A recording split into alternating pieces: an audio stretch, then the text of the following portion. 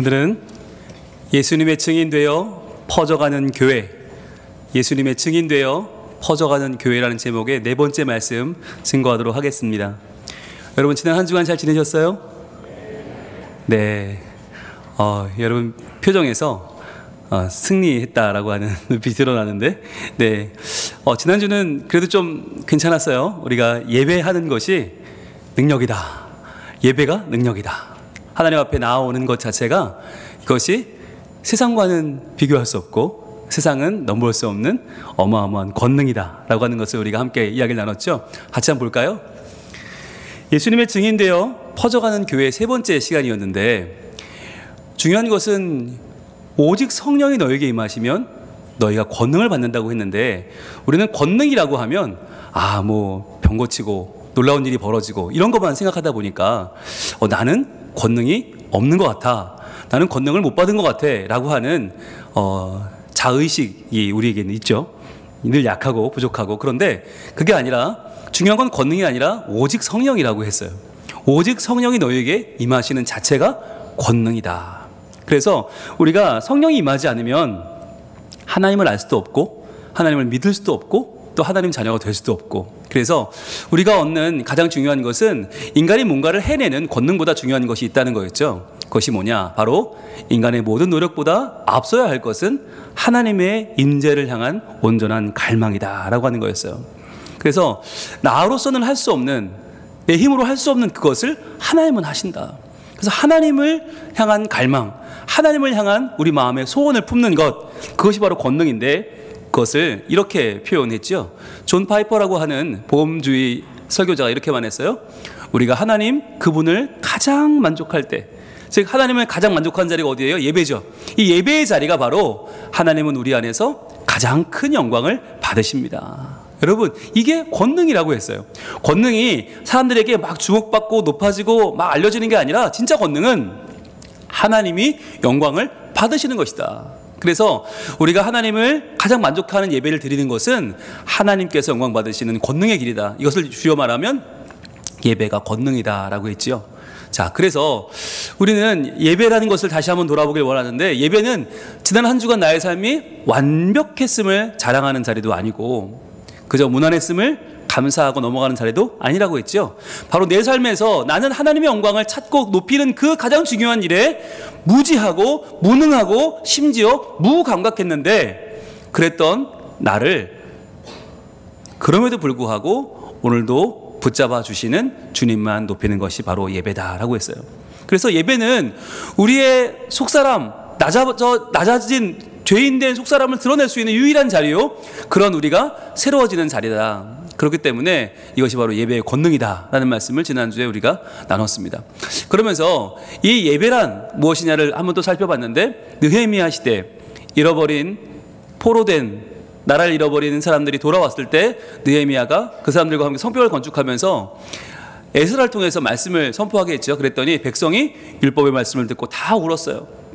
드디어 깨달은 거죠. 우리가 왜 나라를 잃어버렸는가, 왜 이 모양이 되었는가 깨달은 거예요. 이것은 바벨론 때문도 아니고 다른 누구 때문도 아니고 바로 우리 자신 때문이었다. 하나님을 버리고 말씀을 떠난 우리가 이렇게 만든 장본인이다. 깨닫게 되니까 눈물이 터지고 나의 연약함을 드러내는 예배가 시작된 거죠. 자, 그런데 이때 뭐라고 합니까? 너희는 가서 살진 것을 먹고 단 것을 마셔라. 잔칫날이다. 준비하지 못한 자에게는 나누어 주어라. 함께 나누는 기쁨의 잔치다. 이날은 우리 주의 성일이니 근심하지 말라 하면서 우리 마지막 노란색 같이 읽습니다. 시작. 여호와로 인하여 기뻐하는 것이 너희의 힘이니라. 아멘. 이렇게 외치죠. 이 느헤미야의 한마디는 우리에게 예배가 무엇인지를, 예배가 왜 권능인지를 잘 보여주고 있습니다. 여호와로 인하여 기뻐하는 것.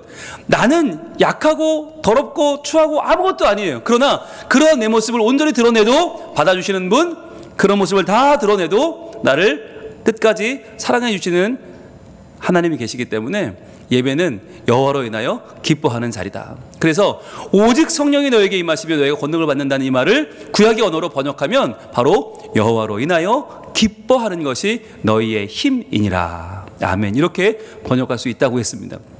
여러분, 오늘 예배 가운데 나오신 여러분, 하나님의 권능 받으신 줄로 믿습니다. 여호와를 기뻐하십니까? 그것이 우리의 힘인 줄 믿습니다. 아멘. 그렇습니다. 여러분, 우리가 예배한다고 하는 것이 우리의 모든 상황을 초월하는 거예요. 어떤 상황이든지 관계없이 우리는 성령의 권능으로 예배할 수 있고요. 우리는 신실하신 하나님의 손 안에 있을 수 있어요. 그래서 우리의 영혼은 영원히 안전합니다. 우리의 영혼에 안전을 선포하는 그 안전지대는 바로 예배다라고 하는 것이죠. 자, 그래서 우리는 이것을 경험하는 예배의 자리가 바로 천국이요, 이것이 하나님의 품임을, 진정한 권능임을 지난주에 우리가 함께 고백했습니다. 여러분 기억나시죠? 네, 우리의 무엇과도 바꿀 수 없는 가장 큰 권능, 그것은 바로 하나님을 아는 것이다. 그분을 예배하는 것이다. 여러분, 여기서 우리의 모든 기쁨과 행복과 우리의 모든 만족이 출발해요. 하나님 안에 있어서 행복한 한 주간 보내셨고 또 그 한 주간이 우리에게 시작되는 줄로 믿습니다. 자, 우리 네 번째 보여주시죠. 오늘 예수님의 증인되어 퍼져가는 교회 네 번째 시간인데, 오늘 우리의 본문 말씀 사도행전 1장 8절 말씀을 같이 한번 읽습니다. 시작. 오직 성령이 너희에게 임하시면 너희가 권능을 받고 예루살렘과 온 유대와 사마리아와 땅끝까지 이르러 내 증인이 되리라 하시니라. 아멘. 바로 이 말씀을 우리는 지금 4주째 보고 있는데, 여기서 중요한 말씀은 바로 처음 부분에 나오는 오직 성령이 너희에게 임하시면 너희가 권능을 받는다 하는 말씀이었어요. 여러분, 우리가 이미 본 것처럼 권능이라고 하는 것이 사람들이 말하는 남을 이기는 것, 남을 넘어서는 것이 아니라 이것은 하나님 안에 누리는 권능이라고 했는데, 그렇다고 한다면 중요한 게 또 있어요. 그럼 이 권능을 받는 오직 성령이 임하는 나는 누구인가라고 하는 거예요. 그럼 누구에게나 다 성령만 임하시면 권능이 임하나? 여러분, 성경에서는 이 성령의 임재를 탐냈던 사람들이 많이 있어요.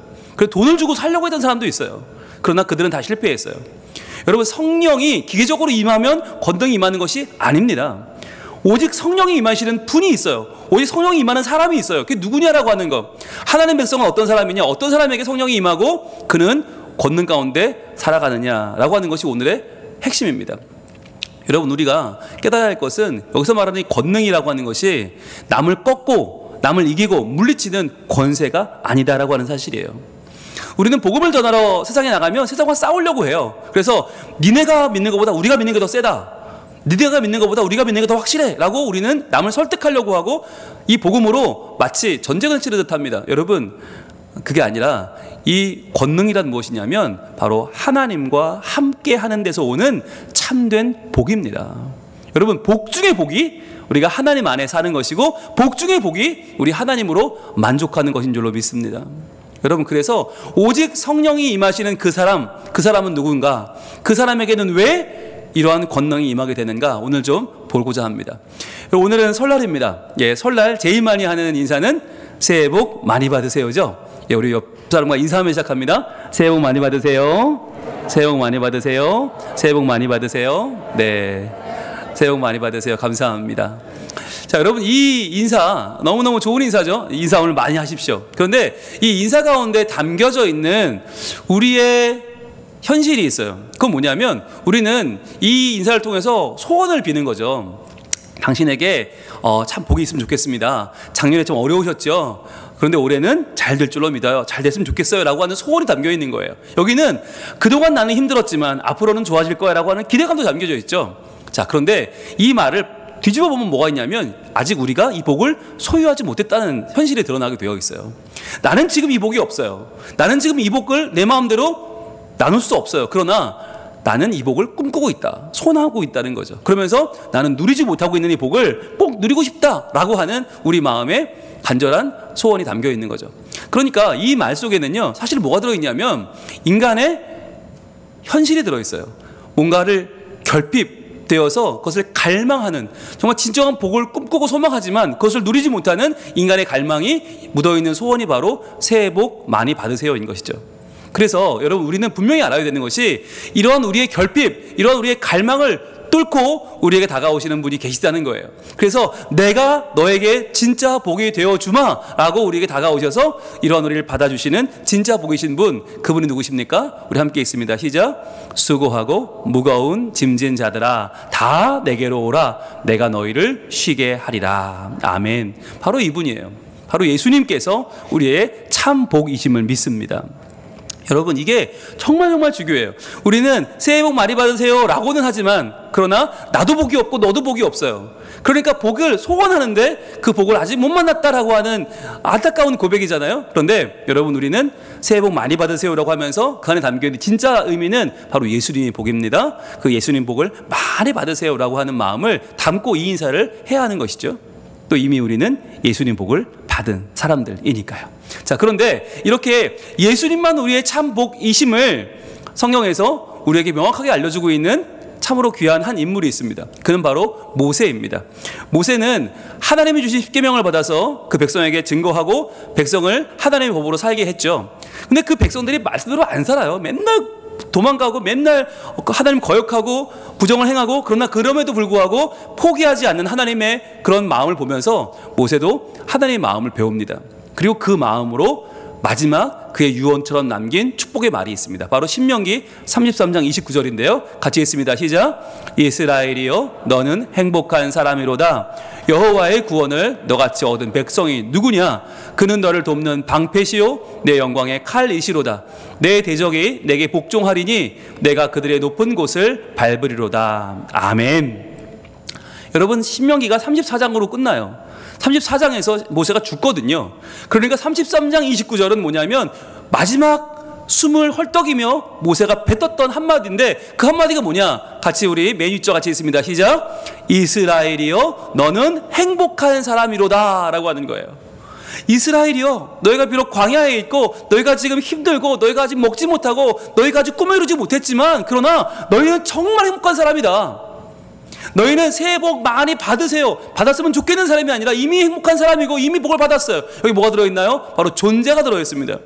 우리라는 존재가 어떤 존재냐? 우리도 행복한 사람이에요. 너무너무 행복한 사람들이에요.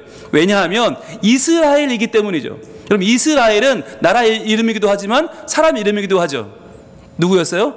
야곱이라고 하는 한 사람이 형님 속이고 아버지 속이고 도망쳐서 삼촌네 가서 돈을 많이 법니다. 돌아든 가야 되는데 형한테 맞아 죽을 게 겁이 나요. 그래서 마지막으로 모든 재산을 다 보내고 선물처럼 보내서 형의 마음을 달래보려고 어떻게든 보내고 마지막에 자기 혼자 야복강 나루에 남죠. 그런데 그 밤에 어떤 사람이 나타나서 밤새 씨름을 합니다. 누군지도 모르고 씨름을 해요. 그리고는 마지막에 그 사람이 자기의 엉치뼈를 치죠. 자, 그렇게 뼈가 위골되는 와중에도 그를 놓지 않는 그 야곱에게 그가 이야기하죠. 야, 너는 이스라엘이다. 예? 너는 하나님과 겨루어 이긴 자다 라고 하는 말을 하고 사라져요. 그때 깨닫죠. 아, 하나님이셨구나. 인간의 몸을 입고 오신 하나님을 만나 하나님 얼굴을 본 그날 그는 브니엘이라고 하는 하나님의 이름이라고 하는 하나님의 얼굴이라고 하는 이름을 그 자리에 짓습니다. 자, 그렇게 만났던 야곱이 가졌던 이름이 이스라엘인데 하나님과 겨루어 이겼다. 그런데 어떻게 겨루어 이겼을까요? 그날 밤의 모습을 폴 고갱이라고 하는 화가가 그렸거든요. 그런데 이렇게 그려놓은 그림을 보면 저 빨간 옷 입은 야곱이 마치 날개 달린 천사처럼 보이는 저 사람을 막 이기는 것처럼 보이잖아요. 진짜 이긴 것 같아요. 그런데 여러분, 진짜 이겼을까요? 하나님이 힘이 없어서 야곱에게 집니까? 그럴 리는 없죠. 같은 장면을 그리는 렘브란트의 그림을 보면 훨씬 더 우리가 잘 알 수 있는데, 이 렘브란트의 그림 속에서 이건 싸우는 게 아니죠. 누가 봐도 싸우는 게 아니에요. 네, 오히려 하나님이 야곱을 위로하고 있죠. 야곱아, 두렵지? 힘들지? 괜찮아. 내가 너에게 오늘 밤 져준다. 까짓거 져준다. 왜? 사랑하니까. 오히려 위로하고 감싸주시는 이 장면 속에서 우리는 뭘 볼 수 있나요? 이스라엘이여, 자, 하나님에게 겨루어 이긴 자여, 즉 하나님이 사랑하고 아끼고 끝까지 보호하는 자여, 너는 행복한 사람이다 라고 하는 하나님의 음성이 들리지 않습니까? 자, 그렇다면 행복한 사람은 어떤 사람이냐? 여러분, 우리의 모든 시간 속에 우리의 모든 매 분초마다 우리는 하나님의 이 은총을 경험하는데요. 먼저 우리 두 번째 줄 초록색 글을 같이 읽습니다. 시작. 여호와의 구원을 너같이 얻은 백성이 누구냐 하는 거예요. 여호와의 구원을 얻긴 얻었는데 너같이 얻은 백성은 처음 못하는 거예요. 왜냐하면 나라가 큰 것도 아니에요. 뭘 기술이 더 좋은 것도 아니고 문명이 있는 것도 아니고 아무것도 없는데 너같이 얻은 백성이 누구냐? 이 말 속에는 뭐가 들어있냐면 기적이 들어있습니다. 기적. 마치 홍해가 갈라지는 거 우리 기적이라고 하잖아요. 놀라운 기적을 통해서 하나님이 그들을 구원하시죠. 그런데 여러분, 홍해가 갈라지는 것보다 더 큰 기적이 있어요. 그게 뭐냐면 바로 예수 그리스도의 십자가입니다. 예수님이, 하나님이신 그분이 자기의 몸을 찢어서 열어주신 거예요. 여러분, 홍해가 열리는 것보다 훨씬 더 놀라운 일은 하나님이신 그분이 인간의 몸을 입고 오셔서 자기 몸을 갈라주셨다는 사실이에요. 자기의 몸을 갈라 피와 물을 쏟으면서 우리를 구원해 주신 그 사건이 너무나 놀라운 사건 아닙니까? 여호와의 구원을 너같이 얻은 백성이 누구냐? 우리는 이미 이 놀라운 기적을, 이 구원을 얻었어요. 이게 뭐예요? 이미 과거인 거예요. 과거에 확실하게 얻은 우리의 구원을 성경은 이야기합니다. 네가 행복한 이유는 바로 과거에 이미 확실한 구원을 얻었기 때문이라고요. 자, 그런데요, 그러면 과거로 끝납니까? 아닙니다. 우리 중간에 파란색 부분 같이 있습니다. 시작. 그는 너를 돕는 방패시요 내 영광의 칼이시로다. 아멘. 여러분, 지금 우리는 인생을 뭐라고 표현해요? 전쟁터라고 표현합니다. 먹히는, 이기고 지는 전쟁터를 싸우고 있는데, 중요한 건 뭐냐면 여러분, 이 당시에 이스라엘 백성들이 광야를 지나고 있어요. 애굽에서 가지고 나온 무기는 하나도 없어요. 방패도 없고요, 칼도 없어요. 근데 어떻게 싸워요? 어떻게 매번 이겨요? 신기하죠? 왜냐하면 그는, 바로 하나님은 너를 돕는 방패가 되시고 그가 바로 너의 영광의 칼이 되기 때문이다 라고 말하는 거예요. 여러분, 나중에 시간이 지났을 때 이 다윗과 골리앗이 싸움을 하잖아요. 그런데 기억나세요? 이 골리앗은요, 칼도 있고 창도 있고 단창도 있고 방패도 있어요. 방패 든 사람이 따로 있어요. 그 정도로 다 갖추어 있어요. 그런데 다윗은요, 칼도 없고 방패도 없어요. 아무것도 없어요. 그런데 뭘 들고 있어요? 하나님이 주신 거룩한 이름, 그 이름을 들고 싸우는 거예요. 자, 그래서 하나님이 그의 방패가 되시고 하나님이 그의 칼이 되시기 때문에 다윗은 골리앗을 물리쳐 이길 수 있었던 것입니다. 여러분, 우리가 이 세상을 살면서 우리는 안 믿는 사람들과 비교해 볼 때, 야, 우리는 남들 놀 때 예배해야 되고, 남들 마음대로 살 때, 자기 욕심대로 살 때 우리는 말씀대로 살아야 되고, 손해보는 것 같아요. 우리는 마치 칼도 없고 방패도 없는 것 같아요. 그러나 그가, 하나님이 우리의 돕는 방패가 되시고 하나님이 우리 영광의 칼이 되시는 줄로 믿습니다. 이게 바로 우리의 현재를 지켜 보호하시는 하나님의 은혜예요. 이 복을 우리가 얻었다는 거예요. 자, 마지막으로 이제 우리의 미래에 차가울 복은 무엇인지 우리 보라색 2절 말씀 읽겠습니다. 시작. 내 대적이 내게 복종하리니 내가 그들의 높은 곳을 밟으리로다. 아멘. 우리가 대적과 싸우고 있잖아요. 근데 마치 우리가 복종해야 될 것 같아. 우리가 너무 약하니까. 그런데 오히려 대적이 너에게 복종을 하고 너는 그의 높은 곳들을 밟을 것이다. 어떻게 이런 일이 벌어지죠? 어떻게 이런 일이 벌어져요? 여러분, 이 일은 언제 벌어질까요? 네, 마지막 때에 벌어집니다. 우리가 살아가는 모든 날 동안 우리가 밀리는 것처럼 보이고 우리가 지는 것처럼 보이지만 하나님의 승리가 임하는데 마지막 최후 심판 날에 이것이 임해요. 누가 승리해요? 우리의 구주 예수님이 승리하시는데, 그때에 예수님이 이 땅에 오셔서 모든 이들을 하나님 말씀으로 때로는 심판하시고 때로는 구원하실 그날이 오는데, 그날 이 심판의 날에 함께할 사람들이 누구냐? 바로 우리라는 거예요. 우리가 바로 예수님과 함께 이 땅의 마지막을 심판하고 예수님과 함께 마지막 영광을 누릴 것이다. 그것이 바로 미래에 찾아올 우리의 복입니다. 그래서요, 오늘 이 신명기 33장 29절 말씀은 우리에게 확실히 보여주는 거예요. 우리의 존재도 복이고 과거도 복이고 현재도 복이고 미래도 복이다. 모든 날 모든 순간 우리가 하나님 안에서 행복자임을 주님은 말씀하고 계십니다. 여러분, 이것을 잊지 마시길 바랍니다. 예수 믿는 게 왜 행복한 일인가? 우리는 막연하게 알아요. 그냥 뭐 구원 얻었으니 감사하고. 여러분, 그게 아니라 확실하게 기억하시길 바랍니다. 우리는 하나님 안에서 하나님이 저 주실 정도로 사랑하는 그 이스라엘이고, 그리고 우리는 기적처럼 너같이 구원받은 자가 누구냐? 예수 그리스도의 십자가 사랑으로 구원을 받았고, 그리고 현재의 삶 가운데에서 내 방패 되시고 내 영광의 칼이 되시는 하나님과 함께 현실의 삶을 이겨내고 있고, 또 마지막 날 마지막 때 찾아올 최후 심판의 자리에서 예수님과 함께 우리는 내 대적의 머리를 밟을 것입니다. 여러분, 모든 우리의 삶의 대적들, 때로는 고통, 때로는 질병, 때로는 문제, 그리고 죽음까지도 마침내 우리는 완전히 밟고 하나님의 승리자가 될 줄로 믿습니다. 여러분, 이것이 바로 복이에요. 우리가 누리는 복이에요. 자, 그래서 여러분, 이 시간 지금 나의 삶이 어떤 상황에 놓여 있든지 간에, 내가 얼마나 힘들고 내가 얼마나 막막하고 내가 얼마나 두렵든지 간에, 그러나 고백합시다. 나는 행복한 사람입니다. 여러분 같이 읽을까요? 시작. 지금 나의 삶이 어떤 상황에 놓였든지 나는 행복한 사람입니다. 하나님 나와 함께 하시고 그리고 내 형편을 모두 아시고 나를 건져 주십니다. 아멘. 여러분 하나님은요 나와 함께 하시고 내 형편을 모두 아세요. 그런데 거기서 끝나는 게 아니고 나를 건져 주세요. 그래서 우리의 어려움 가운데, 우리의 약함 가운데, 우리의 부족함 가운데 하나님께서 지금 손을 내밀어 주시는 줄로 믿습니다. 여러분 이게요 얼마나 중요한지 아세요? 2023년도 새해가 밝았는데 이 설날인데 우리가 새해 복 많이 받으세요라고 할 때 그 복, 내가 받을 복, 내가 나누어 줄 복은 오직 하나예요. 그 복은 바로 오직 예수 그리스도이십니다.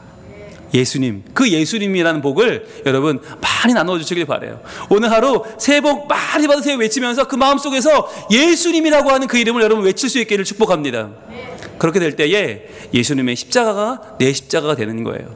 그 승리는 내 승리가 되는 거예요. 예수의 부활은 내 부활이 되는 거예요. 그래서 올 한 해 내가 예수 그리스도 나의 참 복이신 예수님을 마음에 모시고 내 삶 가운데 붙잡고 살아갈 수 있기를 축복합니다. 여러분 우리는요 참 내가 행복하다고 말하면 그게 마치 사치 같아요. 왜냐하면 내가 행복을 누릴 자격이 있나? 아 나는 정말 하늘 앞에 너무나 큰 죄인이야. 내 죄가 드러나면 나는 살 수 없어. 우리는 너무너무 약하고 나를 돌아보면 행복이란 단어는 내게 어울리지 않는 것 같아요. 그러나 그런 우리에게 행복이신 예수님께서 오늘도 다가와서 우리와 같이 함께 하시고 말씀해 주십니다. 이렇게 말씀하세요. 나의 사랑, 나의 어여쁜 자야, 일어나서 함께 가자. 새해가 밝았는데 너 왜 그러고 앉아있니? 이전 일은 다 지나갔다. 잊어버리고 나와 함께 새로운 복으로 가득한 한 해를 출발해보지 않을래? 라고 말씀하시는 거예요. 여러분 설날이 무엇입니까? 양력설은 뭐고 음력설은 뭐예요? 또 한 번의 기회를 주시는 거예요. 야, 또 한 번의 기회, 또 한 번 새로워질 기회, 또 한 번 나와 함께 새로운 한 해를 시작할 기회가 너한테 있어. 우리 함께 일어나 함께 가지 않을래? 겨울도 지나고 비도 그쳤다. 이제는 새들의 웃는 소리가 들리지 않니? 이제는 나무에는 꽃이 피고 향기가 나는구나. 나의 사랑, 나의 어여쁜 자여, 일어나 함께 가자. 주님 말씀하십니다. 이 시간에 우리의 모든 죄를 떨쳐 일어나길 원합니다. 우리의 모든 불행 가운데에서 다시 한번 우리의 몸을 일으키길 원합니다. 우리의 모든 문제와 아픔 가운데에서 다시금 그 무뎌진 무릎을 세우길 원합니다. 왜냐하면 우리는 이미 행복한 사람들이고요. 우리는 그 행복을 나누는 사람들이고요. 행복이 된 사람들입니다. 이 시간에 우리 함께 찬양합니다. 나의 사랑하는 자의 목소리 듣기 원하네. 나의 사랑, 나의 어여쁜 자야, 바위 틈은 밀한 곳에서 듣기 원하네. 부드러운 주님의 다시 한번 나의 사랑하는 자의 목소리, 나의 사랑하는 자의 목소리 듣기 원하네. 나의 사랑, 나의 어여쁜 자야, 바위 틈은 밀한 곳에서 듣기 원하네. 부드러운 주님 우리에게 말씀하십니다. 일어나라. 나의 사랑, 나의 사랑, 나의 어여쁜 자, 새다. 일어나 함께 가자. 나의 사랑아, 나의 사랑, 나의 사랑, 나의 어여쁜 자야, 일어나 함께 가자. 이 시간 기도하겠습니다. 기도할 때 하나님, 우리는 지금 아직도 춥고 어둡고 약함 속에 있습니다. 그러나 우리 주님 나를 불러주시면 일어나 참 복이신 예수님과 함께 새로운 한 해를 살기를 소원합니다. 하나님, 다시 한번 나를 아시고 나를 사랑하시고 나를 품어주시는 그 사랑으로 나를 덮어주시옵소서. 그리하여 나를 사랑하고 우리 가족을 사랑하고 우리 교회를 사랑하는 그 사랑으로 참 복이신 주님과 함께 새로운 삶을 살기를 소원합니다. 주님, 나를 사랑이라 말씀해 주시는 그분 예수님이 참 복이십니다. 예수님만 누리고 증거하는 삶을 살게 하여 주시옵소서. 기도하겠습니다. 아버지 하나님 감사합니다. 주님, 내가 무엇이건데 이러한 나를 알아주시고 만나주시고 사랑해주시고 하나님의 은혜로 나를 덮어주시는 우리 주님을 찬양합니다. 높여드립니다. 주님만의 참 복이십니다. 나는 복이 없습니다. 주님, 세상의 복을 구할 것이 아니라 하나님만 내 복임을 알아 하나님을 내 삶의 참 복으로, 참 행복으로 선포하며 증거하며 사는 우리가 되게 하여 주시옵소서. 나의 사랑,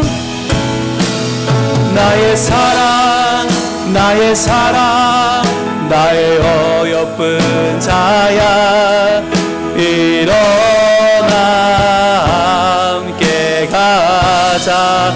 나의 사랑, 나의 어여쁜 자야, 일어나 함께 가자.